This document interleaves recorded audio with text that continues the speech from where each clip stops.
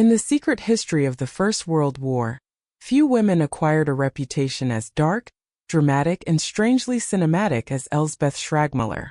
To her enemies, she became Mademoiselle Docteur, a title that sounded less like a real rank and more like the name of a villain invented for wartime nightmares. To later writers, she was the teacher of death, a brilliant mind hidden behind a calm academic face, a woman who could turn ordinary people into instruments of deception, sabotage, and betrayal. Yet the truth is even more unsettling than the legend. Elsbeth Schragmüller was not merely a glamorous spy slipping poison into champagne glasses. She was something far more dangerous. An organizer, an instructor, a strategist of invisible war. While millions died in trenches of mud and steel, she worked in the shadows, helping shape a battlefield where false names, coded messages, and stolen documents could kill as surely as artillery.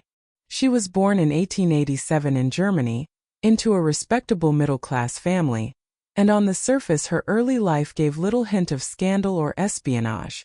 She was intelligent, disciplined, unusually ambitious for a woman of her time, and deeply committed to study. At a moment when many women were still expected to remain within narrow social boundaries, Elsbeth pursued higher education with determination. She studied political science and earned a doctorate, an achievement impressive enough in itself, but even more extraordinary in the world she came from. The title doctor would later attach itself to her in legend, but before it became a sinister wartime label, it reflected a real intellect, a woman trained to analyze systems, governments, and power. That was no minor detail. In espionage, the most dangerous agents are not always those with the steadiest hands, but those who understand how institutions think.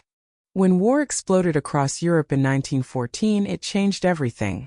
The old order cracked and entire careers, identities, and moral codes were swept into the fire. For Germany, fighting on multiple fronts, intelligence became a matter of survival.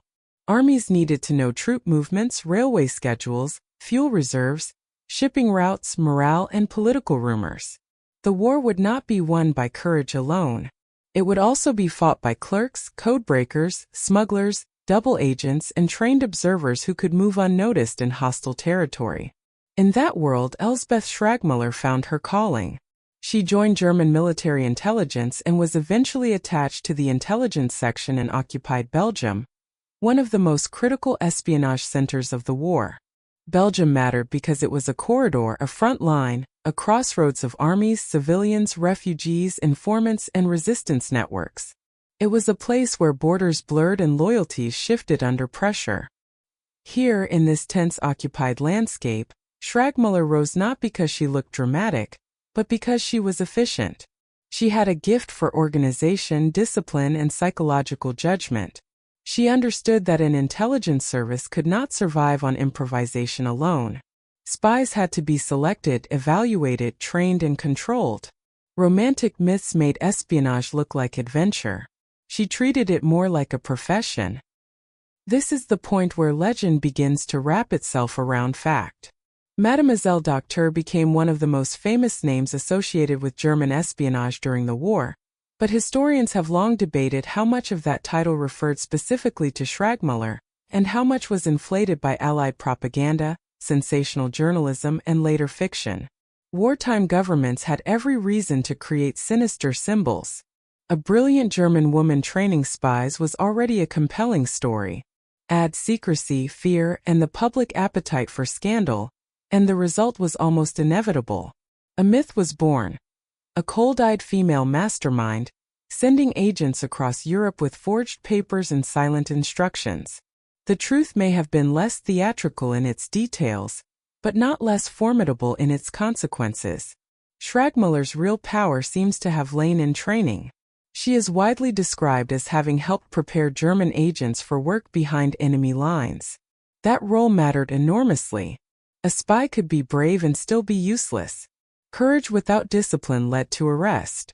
A good operative needed memory, self-control, plausibility, and above all the ability to appear unremarkable.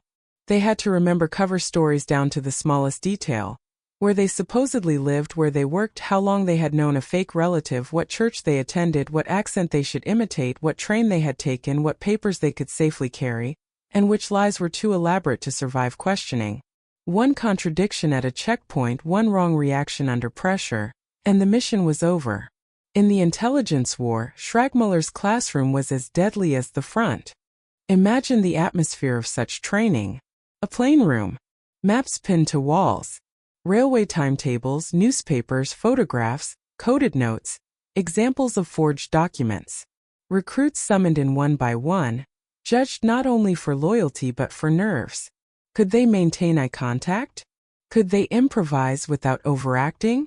Could they withstand isolation? Could they carry dangerous information while appearing bored, distracted, harmless? Schragmüller reportedly drilled agents in practical tradecraft, but perhaps just as importantly, she helped shape their mindset. A useful spy had to become two people at once, the real self hidden deep inside, and the manufactured self presented to the world. The strain of that split identity broke many people. The ones who survived learned to wear masks until the masks felt natural. The image of her as the teacher of death emerges from this reality. She was not necessarily pulling triggers herself. She was doing something more modern and, in some ways, more chilling. She was professionalizing covert warfare. Every trained agent sent into enemy territory carried the possibility of military loss, destroyed infrastructure, exposed networks, arrests, executions, and retaliations. Information could lead to bombardment. A successful deception could redirect troops and cost hundreds of lives. A spy instructor did not need blood on her hands in the literal sense to participate in lethal outcomes. In industrial war, death was often administered through paperwork, planning, and information. Schragmüller stood at that intersection. Her work also reveals how gender operated inside espionage. In the popular imagination, female spies were often reduced to seduction, charm, and scandalous intrigue. But Schragmüller's significance seems to have been rooted less in seduction than in intellect and administration.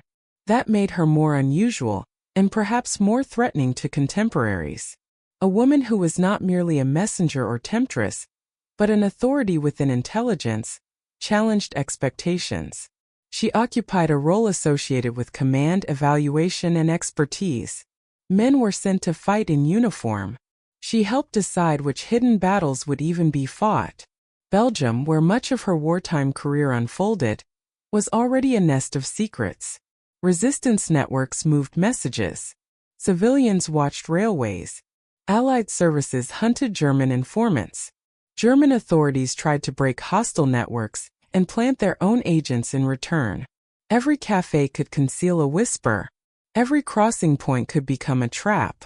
In this world, espionage was never clean. Suspects were arrested. Couriers vanished. Codes were broken. Informers changed sides. Money, fear, patriotism, revenge, and survival all mixed together until motive became almost impossible to separate from necessity. Schragmüller operated in that morally poisoned atmosphere, and by all accounts she was effective. One of the reasons her legend survived is that she represented a deeper wartime fear. The fear that modern war had no rear area, no safe distance, no clear boundary between soldier and civilian. A shell was terrifying because you could hear it coming. A spy was more terrifying because you often could not. The enemy might be the woman on the train platform, the commercial traveler at the hotel desk, the clerk in the telegraph office, the quiet man sketching a harbor, or the courier carrying invisible ink in an ordinary letter. Schragmüller became a symbol of this hidden front, the embodiment of a war that smiled politely while it searched your pockets. The title Mademoiselle Docteur itself carried a strange charge. Mademoiselle suggested femininity, elegance, and perhaps foreign sophistication. Docteur suggested intellect, authority, and technical mastery. Together they sounded refined and menacing. It was a perfect label for newspapers and rumor mills. The public did not need a full biography. It needed an icon. And icons are more durable than facts.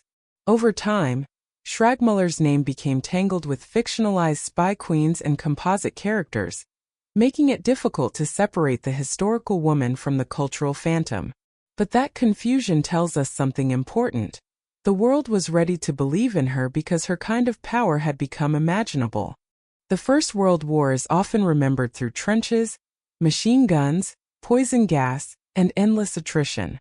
But intelligence was one of its hidden engines.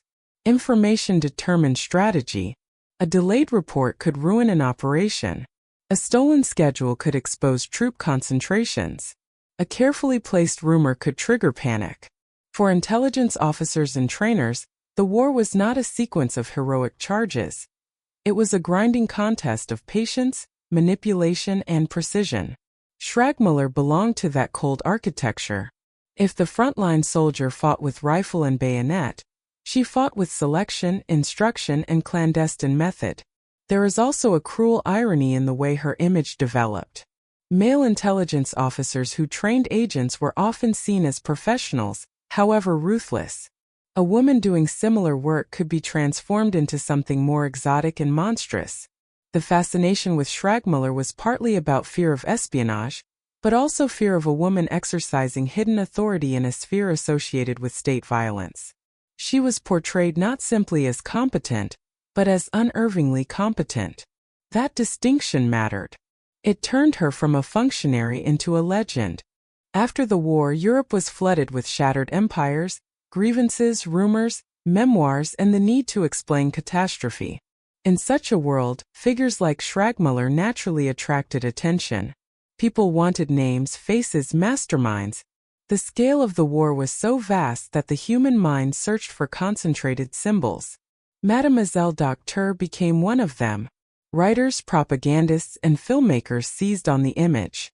The line between document and melodrama blurred. A real intelligence officer became the seed for thrillers and sensational portraits, each retelling polishing the legend until it gleamed brighter than the archival record. Yet if we strip away the lurid exaggeration, what remains is perhaps even more compelling. Elsbeth Schragmüller was part of the transformation of espionage from improvised cloak and dagger adventure into a disciplined system. She represented a world in which war no longer depended solely on generals moving armies across maps, but also on specialists shaping the flow of information.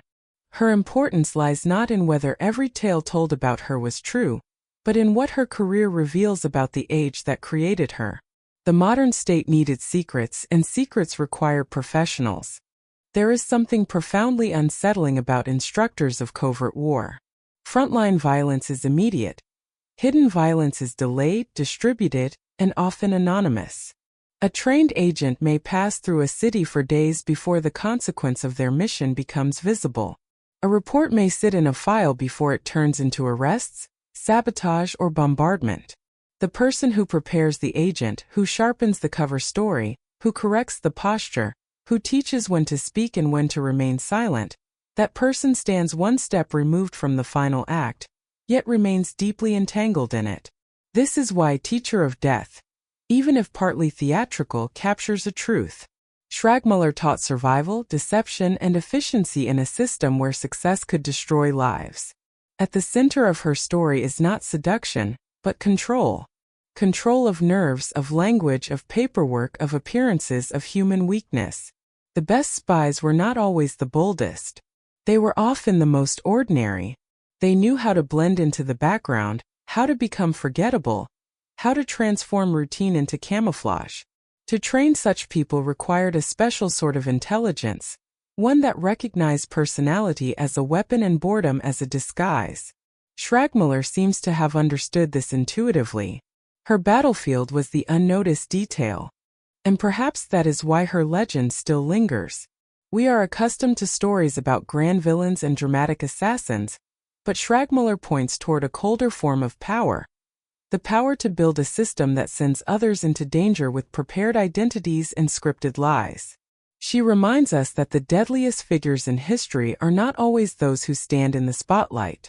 Sometimes they are the ones in offices behind desks, with files neatly arranged and voices kept calm, preparing the next move in a war most people never fully see.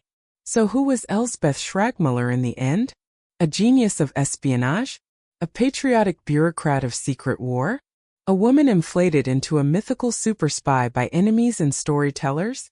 Probably in different ways, all three. The historical record leaves gaps, and into those gaps generations poured fascination and fear. But even the most cautious reconstruction leaves us with a remarkable figure. A highly educated German intelligence officer who helped shape the clandestine struggle of the First World War, and whose reputation became larger than life because her kind of warfare felt terrifyingly new. In the trenches, men drowned in mud under artillery fire. In the occupied cities, on rail lines, at borders, in offices and safe houses, another conflict unfolded in whispers. There, a forged stamp could matter more than a bullet, and a memorized sentence could save a life, or end one.